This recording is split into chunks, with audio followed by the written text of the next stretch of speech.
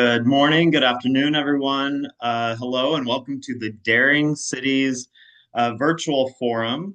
My name is Cale Roberts. I'm the Director of Local Diplomacy here in our United States office of ICLEI. I'm really excited to have such a huge group interested in this topic today. And we have a great panel of experts who are going to share some wisdom with us on what can be sort of a sobering topic. We were just as panelists here rejoicing a little bit that the topic of climate-induced movements of people is gaining a little bit more visibility among all of us here who are invested in climate action, because it's certainly an issue that's not going to go away. If you read the description to this webinar today and that prompted you to sign up, then you saw a bit of our research showed that climate-related impacts displaced nearly 33 million people worldwide in a single year.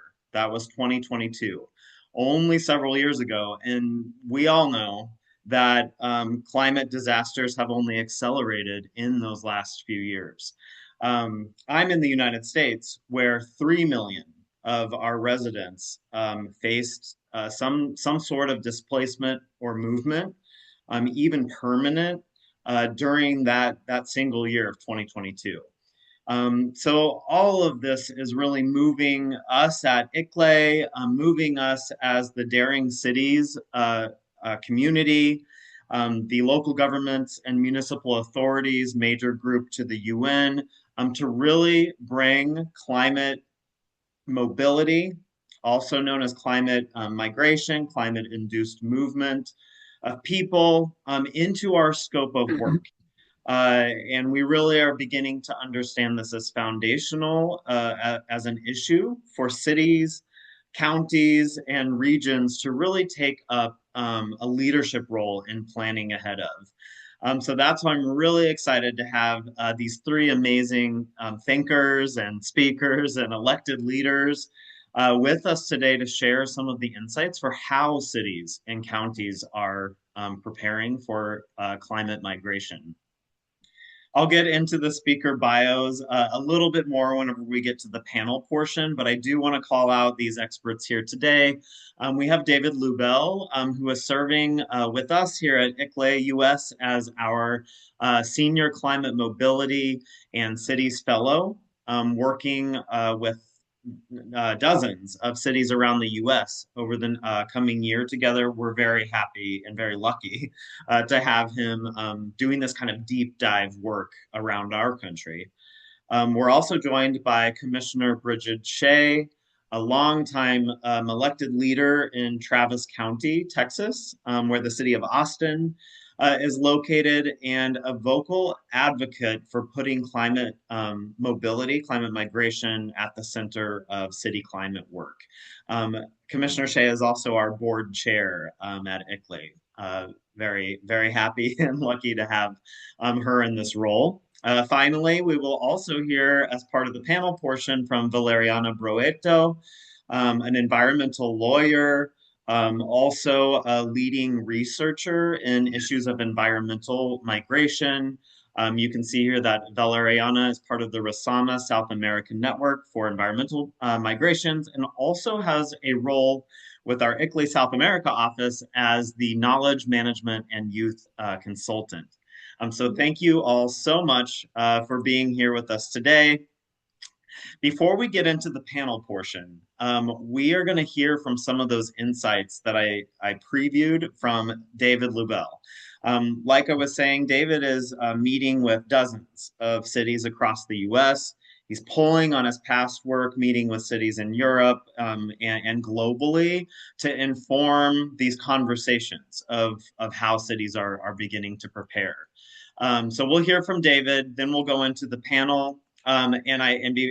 Before I move more into David's background, let me just prep you all as the audience. We've reserved, hopefully, half of our time today maybe a little bit less, but a good portion to be having an interactive conversation with you. Our speakers here want your questions. So my colleagues Kata and me running behind the scenes, we're going to be fielding your questions throughout and bring those to our panelists. So please do use the Q&A features of the platform as we move along. So great. So I mentioned a little bit about David's background. David is working with us this year through the generous support and thought leadership of the Unbound Philanthropy Foundation, really focused on all issues of migration. He's spending a year working with our cities and advising the philanthropic and giving community along the way to bring resources directly to the field, right?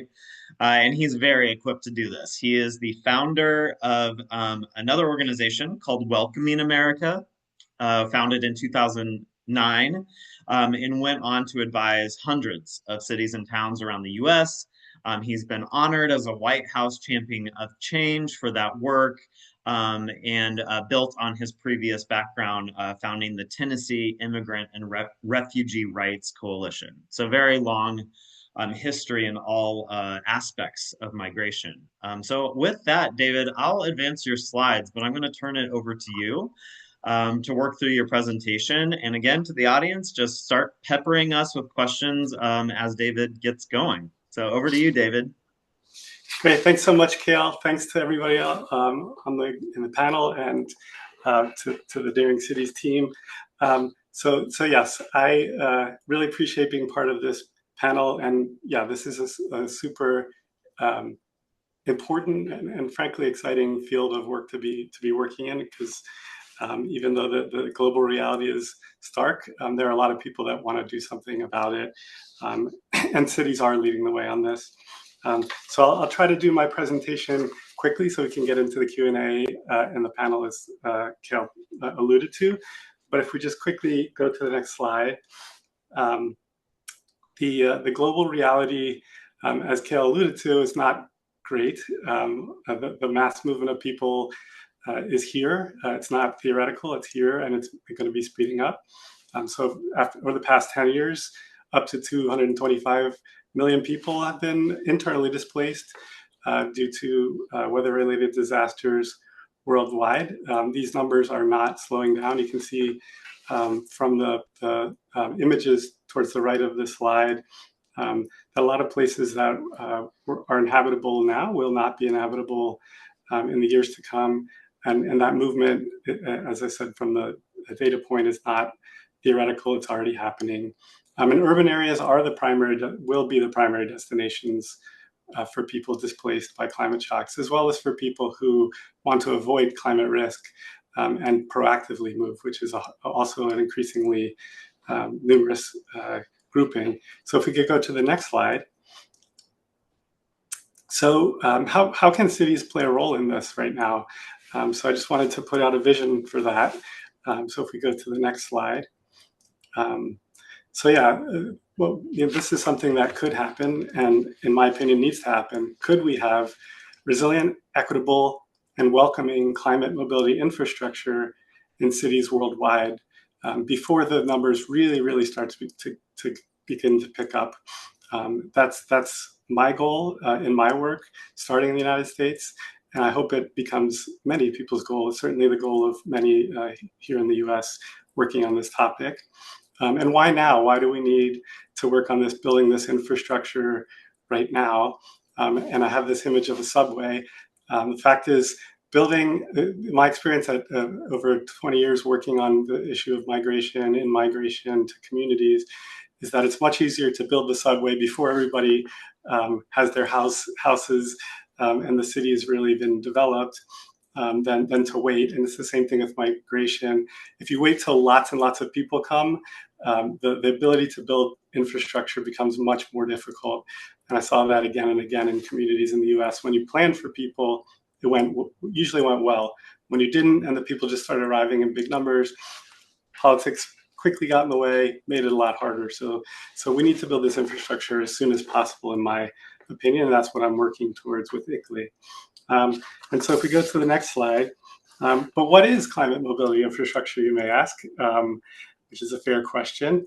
And again, as Kale mentioned, some people call it climate mobility, some people call it climate migration or climate displacement. But either way, the infrastructure is soft infrastructure and hard infrastructure is how I describe it. And so soft infrastructure is, pardon me, are the laws, the programs, the plans that get in place um, to welcome people. Um, and whether that's people welcoming people back that have been temporarily displaced or welcoming people who are going to be moving for the longer term, that infrastructure is essential, and it starts with planning, and we'll get more into that later. And then hard infrastructure is the physical infrastructure that's needed. For example, if a community is going to be receiving hundreds of thousands of new people, you're going to need housing, you're going to need updates to your sewer systems, electrical grids, etc. So both soft and hard infrastructure are needed, and they don't tend to exist at the moment in a big way. So if we go to the next slide. Just to get a little bit more specific, but not too specific given the timing, here's some examples. So these are using a typology developed by a urban planner named Anna Morandi, who's a big player, a big actor in this field in the United States. So a vulnerable community is a place that is on the front lines, like the most vulnerable to climate shocks. We think of New Orleans, for example, the United States as an example, early example of that. And so for a community like that, soft infrastructure could include an equitable disaster recovery plan. And so working in a multi-sector way to develop a plan so that when people are displaced, then they come back, they don't fall through the cracks, or they're less likely to have their lives be in shambles when they return. But having that kind of a plan is something that needs to be done before, and often is not done beforehand. And so that's an example of soft infrastructure for a vulnerable community. A recipient community, and Commissioner Shea, who will speak later, Travis County is an example of a recipient community, in my opinion. That's a place that's not quite as in much of a danger, but still very vulnerable. And then also a place that is going to be receiving a lot of people from more vulnerable places. So the coast of Texas is going to be sending people, it's already sending people to Travis County, but Travis County itself is still not that not immune at all to threats. And so they need both equitable disaster recovery planning and receiving community planning, which is, all right, how do we plan for this number of people who are going to actually likely show up in our community? And so a destination city, which in the US would be more like a Detroit or a Buffalo, New York, they're still vulnerable, but not nearly as vulnerable. And so we call that a destination city, where more and more people will start coming. And so for them, the first order of business is a receiving community plan. So that's an example of soft infrastructure. I have examples here of hard infrastructure as well for these different categories. I'm not going to go through all that now, but you can briefly see the slide. So let's go on to the next slide, Kel. And thanks so much. Okay, and just to let you know, you are off camera, which is maybe fine, but if you wanted to be on camera. Thank you. I did not realize that. Sorry, everybody. I'm here. So now we're going to quickly go into preparation in the United States to give a case study. I'm trying to give examples that are relevant across the world, but my biggest experience on this topic is in the U.S. So starting in 2024, ICLEI has done extensive work to try to understand both the needs of cities that want to get involved in this and counties, also understanding the broader ecosystem of actors, because municipalities are not the only actors, trying to help communities get ready for this increased number of people arriving. So this is just a breakdown of the different types of interviews that we've done, in-person gatherings that we've done. We're also now working with the German Marshall Fund to have a transatlantic partnership so that we can connect European cities and US cities that are working on this. We also have a big goal of working with cities in the global south that have longer experience working on this topic. But this is sort of the preparation work that's happened. And now if we go to the next slide. And also through this, we've understood better what the current context is, and this can be relevant around the world. What we found is that there is extensive climate resilience infrastructure, more and more planning done, people, cities preparing for the weather, but it doesn't necessarily mean that those cities are prepared for people. So we want to help them prepare for people. But also there is, in an increasing number of cities in the US, newcomer or immigrant welcoming infrastructure, which is not the same as climate migrant infrastructure, but still has a lot of things in common. And so my many years working with Welcoming America and others in cities around the country to develop that infrastructure, that's a good building block for climate migration infrastructure if you have immigrant welcoming infrastructure. And so we found that there are a lot of places that have that, but there are also a lot of places that don't. And then on the climate mobility side, their infrastructure, there's a thriving national climate mobility ecosystem, which I'll talk a little bit about later, a growing number of active local ecosystems that are trying to get cities ready. And then there's a very rapidly increased interest from municipalities themselves in the US. And then there are some early adopter cities that are already moving forward on this. So if we go to the next slide,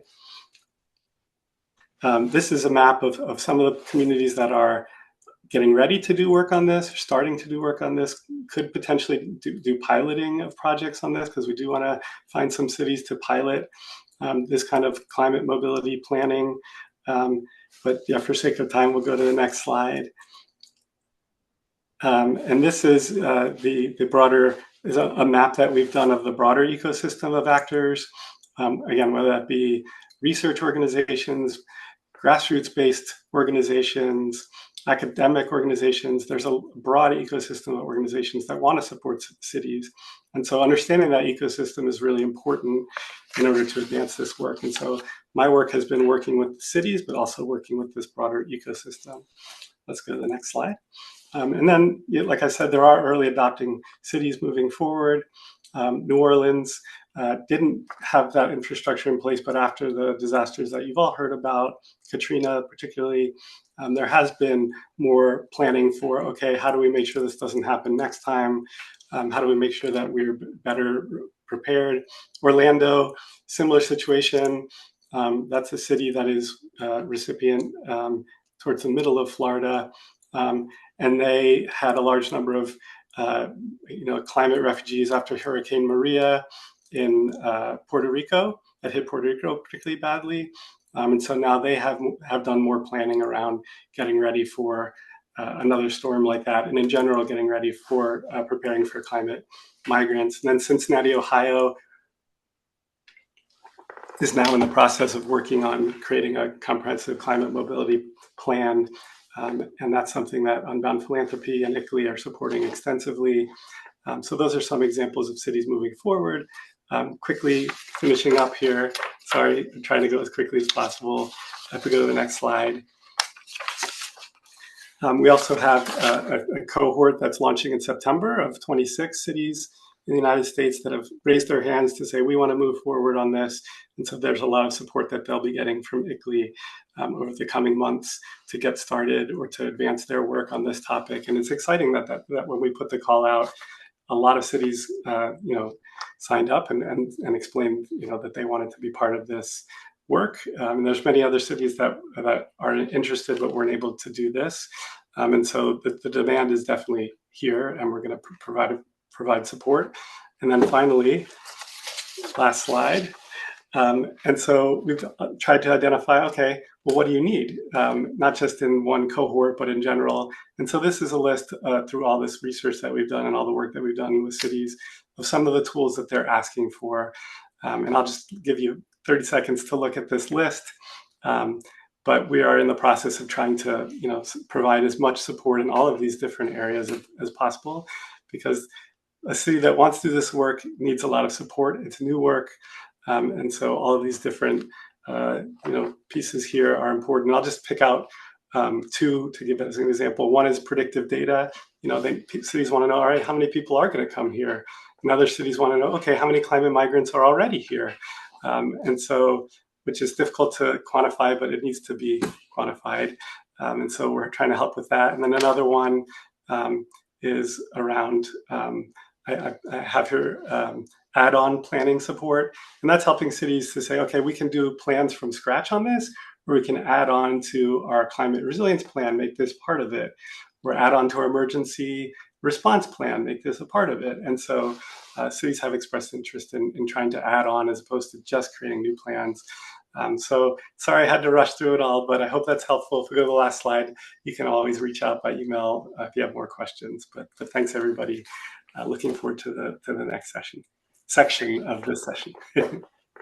Next section. We are not ending here. Thank you so much, David. Really important work that you're doing. I think that's abundantly clear. Want to pause for a moment and invite the audience to ponder and process what David just shared. And go ahead and follow Joy's lead and drop some questions into the chat. I'm going to gather those, but many of these questions we'll want all of our panelists to respond to. So we'll work through them as part of our panel.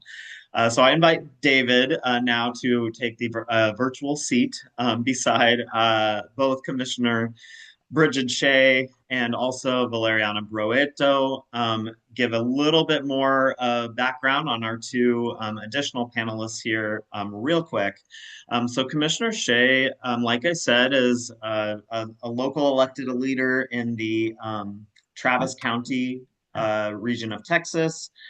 This is where Austin is. Bridget Shea came to Austin in the late 80s to start the Texas chapter of Clean Water Action and went on to serve in the Austin City Council for a number of years, where she championed electoral and environmental reforms, among a lot more. And all through her years as an elected leader, serving on many boards, she's drawn on her experience as an award-winning journalist with NPR stations across several states in the U.S. So welcome, Commissioner.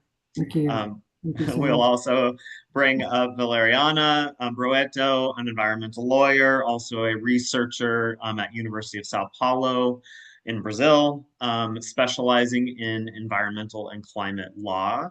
Valeriana is currently pursuing a PhD in environmental science, really steeped in all aspects of environmental pushes and pulls on how people move around within their own countries, across borders, and so forth. So really happy to have you both here. I'm going to kick off this round of questions, and again, invite the chat. I see Sarah and some other folks already going at it. Really appreciate it. So my first question is for you, Commissioner Shea. And I'd like to ask, so where you live in Travis County is home to the city of Austin. It's among one of the fastest growing regions in the United States, many years running at this point, especially during the pandemic. So at this time, we're also hearing about really devastating flooding throughout Texas. I'm so sad about the lives lost this very year. In previous years, we hear a lot about extreme heat facing your region, wildfires. I've learned a lot from you over the years about how wildfire prone your part of Texas is. So given all this context, how is your county addressing this kind of seeming mismatch where you have a surge in population growth going on at the same time that climate impacts also seem to be growing? Yeah, it's an interesting contrast. I think it was Rick Perry, who'd been the governor of Texas, described us as the blueberry in the tomato soup. Austin and Travis County is very progressive, and we believe in science. We are actively working to address climate change. And frankly, much of the rest of the state of Texas. I mean, many of the urban areas are, but the state leadership has literally prohibited their appointees on bodies that are supposed to be the stewards of the waters in the rivers in Texas prohibited them from dealing with climate change. So we've got a huge political disconnect in the state. But we've been very focused on trying to understand what kinds of things we can do. Counties in Texas have narrow authority. We don't have land use authority per se, but we've looked to try and figure out where can we have strategic impacts related to trying to better prepare our communities for the impacts of climate-driven extreme and destructive weather. So yes, we've been growing enormously, but we're really focused on trying to better prepare communities, and you know it's difficult at times. People don't like having to change things. They feel threatened by infrastructure projects that they think might allow more traffic in their community. So, just as one example, we have a community that was severely threatened by wildfire in 2011, and they have over 20,000 homes with one road in and out. And I've talked personally with people who were in their cars watching the fire, blowing toward them. And in many of these kinds of wildfire scenarios, people frequently are burned to death in their cars trying to flee. So you have really fundamental infrastructure issues like, design communities so that there's more than one way in and out. So they were saved by the change in the wind direction.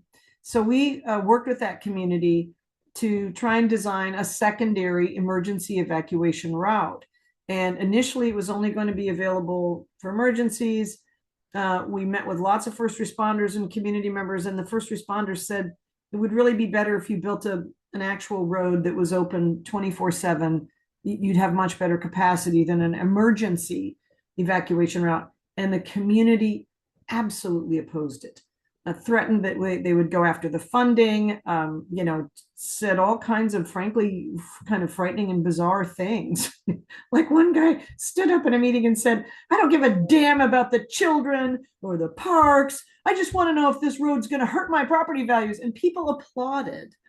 So we have that really a painful disconnect between people understanding that there's basic things that need to be done to help them be more resilient, help them be able to evacuate from an area more readily, and people fearing what they don't know, like there'll be more traffic and it'll hurt my quality of life or hurt my property values. We did ultimately build an emergency evacuation route that's much smaller and not ideal, but it will still function. And it was actually used during the extreme floods we just experienced over the 4th of July as the back door for a neighboring community that was on the river to get out through the one-way in road into this large subdivision. So there's difficult conversations that have to happen, and I feel like we don't yet have the best way to approach those. We haven't been like super successful with those kinds of conversations. And I think we're going to see more of that as more people flood into the community. We've seen huge spikes in the cost of rent. And there's a lot of anger in the community that Austin has now become so unaffordable. We've been partnering with multifamily project developers. And by partnering as the government partner, if you will, on the project, it makes their property tax exempt. And we use that tax exemption to buy down the rent. So we've created 13,500 units of mostly deeply affordable housing by doing that. But, it's sort of a losing game. More people are moving here. There continues to be pressure on, on the cost of housing. And that's another factor that I think this is something it's important for people to understand. The impacts of climate chaos really contributes to political instability. And I think it's important to have adult conversations explaining to people what's coming. and what kinds of things are being done to better prepare the region, so that it's not, this shock to people when it starts to happen. But it's still going to be a very, very difficult conversation. So I've just in recent days, with the attempt by the Trump administration to repeal the endangerment finding, which was the basis for all of the greenhouse gas policies and regulations to reduce the very pollutants that are causing climate change. Their argument is these regulations are causing energy shortages and blackouts and grid failures because they're prohibiting more coal and natural gas power plants. So we need to get rid of these regulations so that we won't have all these power blackouts, completely ignoring the fact that the reason that the grids are failing is because we're seeing the highest temperatures in recorded history, and people are needing more air conditioning and more power demand. So I just think this is a huge issue that we've got to deal with regarding these impacts of climate mobility. I'll just end with, I mean, one of the biggest drivers in Trump getting elected both times was the crisis of immigration on the border. And nobody takes their young children and walks from Central America across the entire country of Mexico because it's fun or they wanted to go for a walk. It's because they're desperate and they are trying to find a place where they can live. And much of that was driven by serious droughts and then the political instability that followed in many of the countries afflicted with it. So, and it was the major issue in the campaign, stopping immigration. And now we see all these horrible raids and policies that are being carried out. So it's a huge cautionary warning for all of us that this climate driven displacement that's forcing people to migrate elsewhere is causing very serious political instability and chaos. And we need to be talking about it. We need to be preparing our communities and then looking at the kind of basic structural things we can do to be better prepared. But it's a catch-up game. It's not one where we've got all the answers, and I can't tell you we've got all the solutions. So I'll stop there. Commissioner, thank you so much for your perspectives from on the ground, recognizing this very global audience. I think it's important also to point out that famously, Austin is receiving an influx of U.S. citizens from California, former residents moving to your state. And I think just a quick follow-up, Austin is famous for being an environmentally minded place in a state that is not sharing those same beliefs. Yeah. So, of the newcomers coming to Austin, do you feel like they're more open to climate action, or is it a very big mix from what you're seeing? It's a mix, and it's hard to get a handle on it. There's not a good mechanism for identifying all the newcomers and reaching out to them with basic information that provides a context and a history for them about what we have created in our community. I've been here almost 38 years. It's taken extremely concerted effort by the residents of the community to protect our really beautiful environment. We have natural springs that are just exquisite. And it took a very heavy lift to protect the main springs, which is known as Barton Springs. We've invested millions and millions of dollars to purchase land that is habitat for endangered species, but also to protect the watershed for the springs. So if you don't know that history, you think, oh, it's just a lovely place, and you don't understand the work that it's taken to protect it and preserve it, and then you may not appreciate the work that needs to continue to protect it and preserve it. So it's a mixed bag for people moving here. Yeah, thanks. And Commissioner, I know you're at the center of that fight to save Barton Springs, and is a real success story. So let's move to you next, Valeriana. I'd like to ask this question, recognizing your background in environmental law, your current deep dive PhD work in climate mobility issues. So, can you tell us about what you're seeing in your research about how cities are responding to climate displacement, either within a single country, but if you also could speak to what the research is showing about people moving within country versus across borders. Which is more prevalent? Are there certain, like important aspects of different types of movement that you'd like to call out? Thank you very much, Kale, and hello, everyone. Thanks for the invitation. So first of all, my perspective is from a legal researcher from Latin America. So what we are seeing generally is that cities and countries more broadly are increasingly aware of the need to address climate mobility, climate-related mobility. But in practice, their responses are often fragmented, reactive, and not well aligned with broader policy agendas. Brazil is a good example for that. In the last IDMC report, we were in the spotlight. So after the catastrophic floods that we saw in the state of Rio Grande do Sul last year, more than 600,000 people were displaced, and some are still displaced. There was some movement in the federal level. A few draft bills were proposed, and one in particular stands out is the National Policy for Environmental and Climate Displacement. It was introduced by Congresswoman Erika Hilton. This proposal is of utmost importance because it introduces the theme in the political arena in Brazil and provides guidance to local governments on how to prepare for and respond to climate-related displacement, specifically displacement, not migration in this case.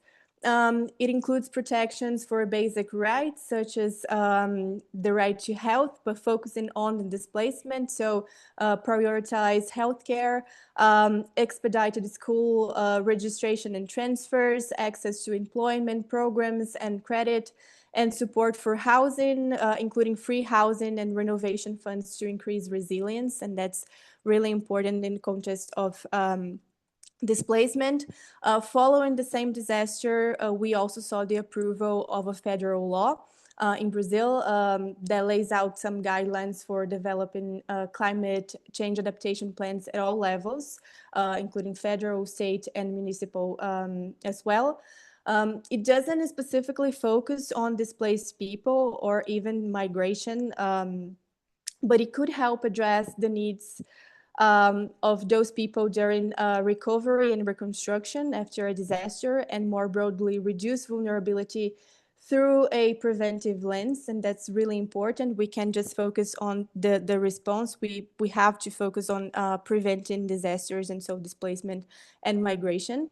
On top of that, Brazil is updating also its national adaptation strategy, which has real potential to address different aspects of human mobility in the context of climate change, disaster, and also environmental degradation, which is also really important in the context of Latin America.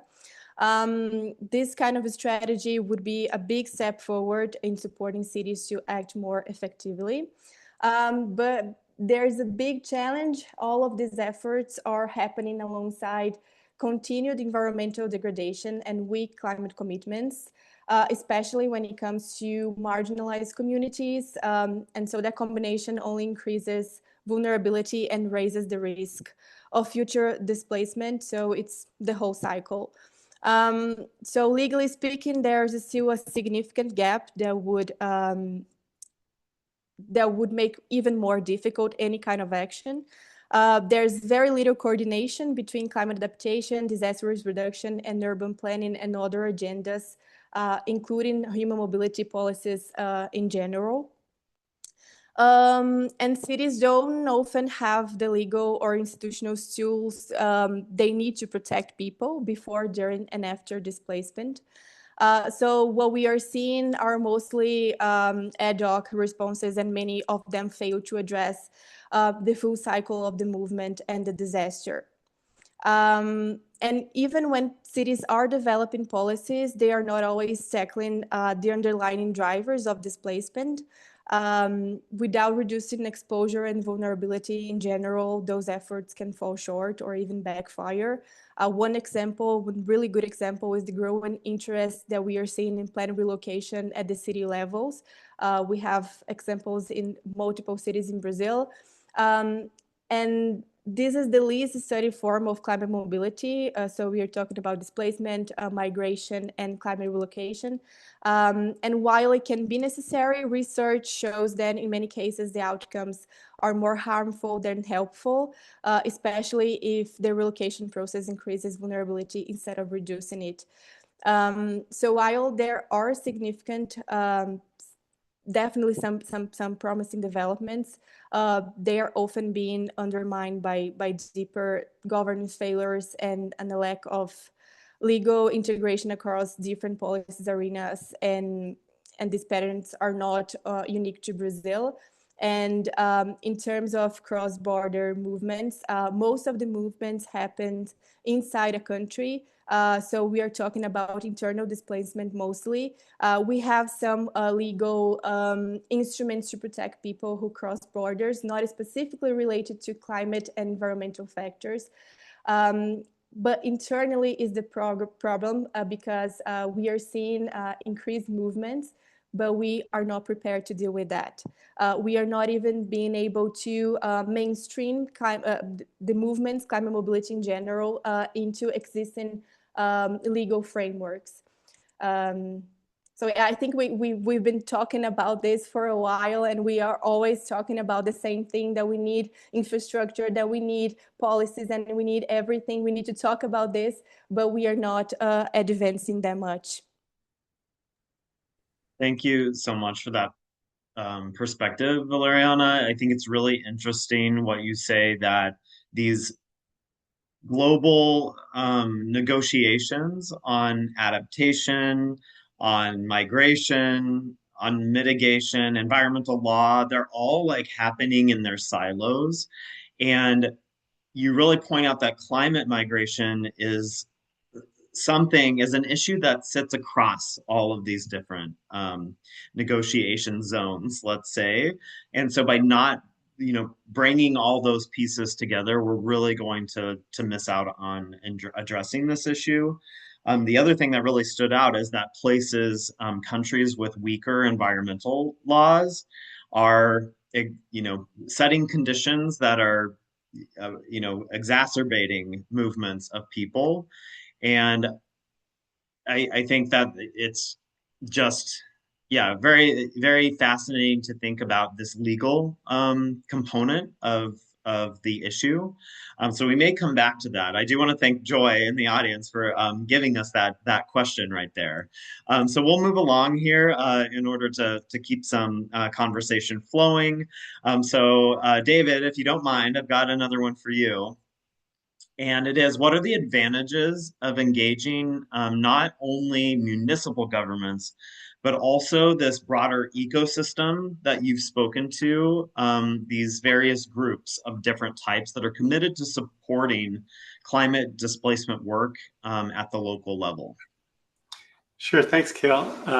So quickly, I would say that, yeah, and there are a lot of actors that want to be supportive of this work at the local level. And so what we found in the US context was that they wanted to support, but they didn't really know, they weren't necessarily engaging municipalities themselves. And so, for example, a number of research organizations, there's a surprising number of research organizations working on climate migration in the US already, with a focus on the local level, but not that many, had actually spoken with cities to ask them what they, specifically what they needed. And so reports were going out, but not necessarily exactly what was needed. And so connecting those two pieces by engaging researchers, it provides, free resources potentially for the cities. It gives more relevance to the researchers. Also foundations and philanthropy is a similar scenario. Also with sort of organizations representing climate migrants themselves. It's about trying to say, okay, if we see cities as one of the avenues to create a solution, how do we really take advantage of all these other and partner with all these other groups that want to help, and it gets us a lot further, a lot faster, and a lot more effectively.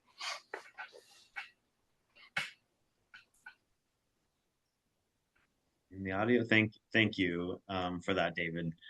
This is great. So I actually had a follow-up question that came in from Asani in Nigeria that kind of follows on this. So among these various levels of government, national UN agencies, the philanthropic community, do you have any advice for global South communities on how to seek support, either technical or through funding? Recognizing here, as Asani rightly does, that the global South countries and communities are the least of the contributors to this crisis in many cases. So yeah, any access to funding that you know of? I'm just curious if Valeriana has any insights into this one. I agree with the point about the least contributed, but I don't know as much about what potential financial mechanisms are out there. Valeriana, any thoughts on that? Well, funding is not my expert area. But yeah, we need fundings not only for preventing new disasters and soil displacement, but also for compensating for all the losses that we have. And these fundings must be placed not only for economic losses, but also non-economic losses, immaterial losses. And yes, speaking from as an activist also from the Global South, it's very hard to see to follow these international negotiations on fundings and loss and damage, and we are not seeing any progress on that. Yeah, but we also need, speaking from the Global South, aside from fundings, we need the Global North to also be prepared for migration and displacement and change the narrative. Because as Commissioner said, migration is not something bad, it's something good. We need to prevent forced movements, but we need to allow people to move. We need to allow people to migrate and create safe paths for them. And the Global North plays a major role in that. So yeah, I'm not answering the funding question, but I That's think it's okay. important to highlight that as well. I agree with that. I'll just say one other thing. Go ahead, thank you, just to say that the Global Loss and Damage Fund is one area to be looking at, although tough for individual cities to access that. I would say, talking to the Mayor's Migration Council, and C40 has been working a lot with the Mayor's Migration Council on this topic on the global level, including the Global South, would be a good place for Asani to go to get that question answered more comprehensively. So yeah, they're a great actor in the ecosystem. Yeah, I appreciate you both. We will be sharing around links to all the resources just mentioned. I think our Daring Cities team has a homework of some sort to try to answer this question after the event as well. I do want to just go ahead, Commissioner. The World Court ruling on climate litigation. I think until entities, particularly oil and gas companies, are held accountable, we are not going to see a change. So I do think the courts are a critical tool to use in this regard, and you get an idea of how vulnerable they know they are by how vigorously they are pursuing immunity. It's a big push in the US Congress. The oil companies are seeking immunity from climate suits, and they're also seeking to prevent or preempt local governments from bringing this kind of litigation. So I think there has to be accountability, and The courts are obviously an important path for doing that, but I mean, it's hard for poor countries to bring international litigation. So I have no illusions about how easy that tool is to use, but it's an important tool. Thank you, Commissioner. Let's stay with you for a moment. I want to think about the future. Um, Climate migration is here and now today.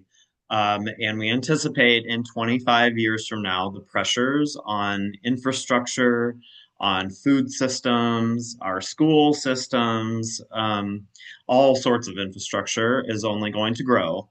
So, Commissioner, I ask you to imagine Austin and the larger county in 25, 30 years from now. What do you think will be the trends in movements of people in and out of your region, and what should be happening over the next 2 decades to prepare for that time period? Well, it's I'll just say it's not a happy future in my mind. There was a really excellent three-part series that ran in the New York Times in I think 2021 about how climate change will affect migration within the United States, and they have an interesting map that's a scenario for sometime past 2080. Although the caveat is all these scientific scenarios are very conservative. And I think there is a legitimate concern about a sooner tipping point. Like our region gets our drinking water from the West Texas desert region, which is becoming increasingly arid. And one of our really knowledgeable water experts predicted that with climate change, our drinking water supply would dry up for a year or more at a time. And nothing makes a community unlivable more powerfully than the loss of water. I mean, people just simply can't live in an area without water. So I think that I noticed someone is from Cincinnati in this group, another from Canada. I think regions in the north, because it was the map that was in this New York Times series, the most livable regions in the US in the future will be essentially the northern regions from the East Coast to the Great Lakes, Pennsylvania north.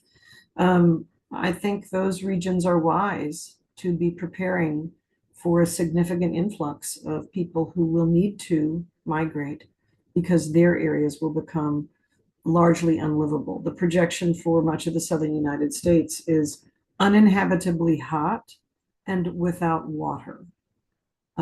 I years ago noted and told people that Duluth, Minnesota is billing itself as 98% climate proof because they're on the Great Lakes. So I think that's the difficult reality, and I think we need to start talking with people about it, because if we don't plan for this kind of migration, then it will be the worst kind of outcome. The wealthy and those with power and resources will be able to manage it just fine.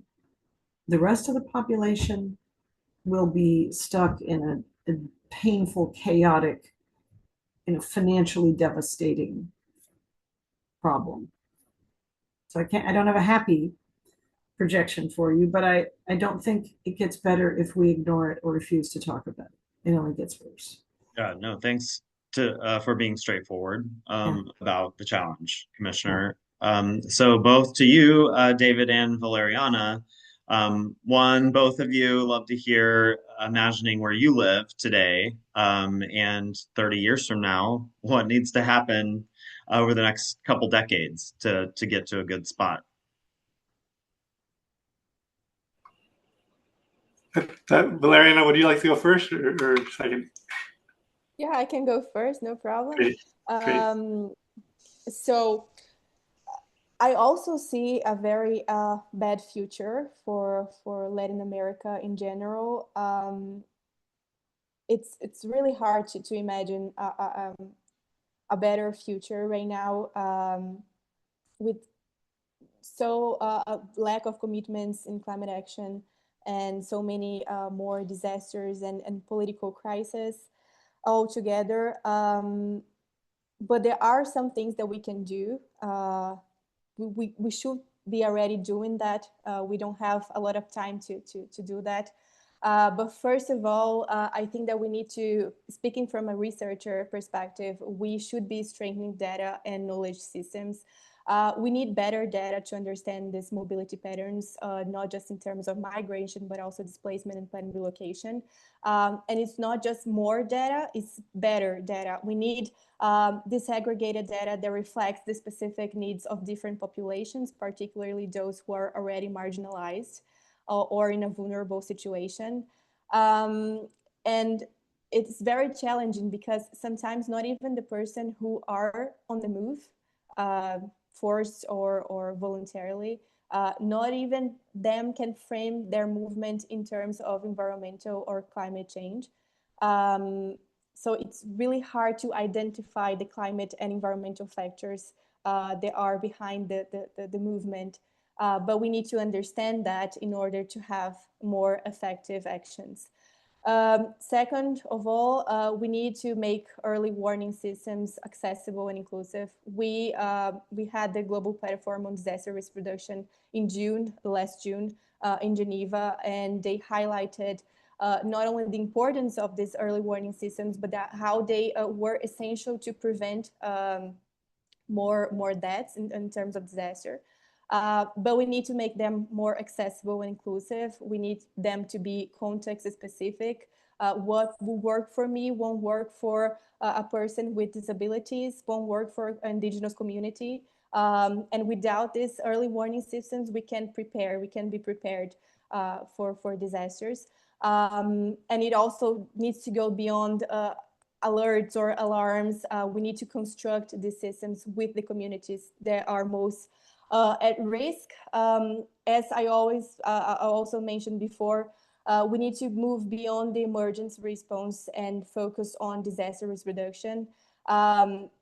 This is very sad for me because my expertise is in DRR, and we are not seeing good advancements in the topic. And we are already working with residual risk. We know that we can reduce all the risks and vulnerabilities and exposure. But we need to be able to prevent further losses. I also mentioned this, we need policies, we need legal frameworks, we need to recognize the rights of the people who are on the move and protect those rights. And these policies need to be built with the communities. Not just any policy will do. We need to co-create policies, not only with the communities, affected communities, but also with researchers. We had this very interesting experience with the national policy on displacement that I mentioned earlier. As a RESAMA member, I was able to review the policy before it was proposed. And it was very interesting to notice that we had, as researchers, we had some knowledge on disaster displacement, but we didn't know anything about the legislative process. And the other, and I'm a lawyer, and the opposite was also true. So we need to create this cooperation, this collaboration spaces, because we have complementing knowledges that are essential for building effective policies. So yeah, I think that these are the main steps that I see for the future. Fantastic, Valeriana. Well, we have about 1 minute left, so I will close this out soon. David, Deepanjana asks in the chat, I think this is a short one for you. So in 20 seconds, across all your interviews you've been doing, what's the #1 thing you're hearing that the cities are thinking about that's shared among them? So I'd say in general, there's just a need for community on this. That no city can do this by themselves. No country can do this by themselves. And so, developing communities of practice, finding, what's working and what's not. That's the #1 thing that I'm hearing. And I just want to end to say that despite all the challenges, we can reduce suffering, we can increase that you can have better outcomes if we build that infrastructure, and we can do that starting at the local level and working our way up. I've seen that happen in other movements, including those that I've been involved with. And so we have to both be aware how difficult the situation is, but not stick our head in the sand. We need to, move forward, and cities are, in my opinion, the ideal place to start. In true daring cities spirit. Thank you, David. So all the audience, I welcome you to join me in a round of applause. Incredible panel from these three folks here. Thank you all for your leadership. I'll preview our next session as the closing. So Daring Cities Virtual Forum is carrying forward. Please register for the next one coming up. It's going to spotlight local innovations from the Philippines, Indonesia, Nepal, and Bangladesh, where communities are not only surviving crises, but are also advancing inclusive resilience building. So discover how the adaptation plans, the NDCs, all the work that these countries are putting into meeting these environmental goals that we all hold globally, and how they're leveraging the action of cities and regions to do that. So go ahead and register online for that. And we will see you then.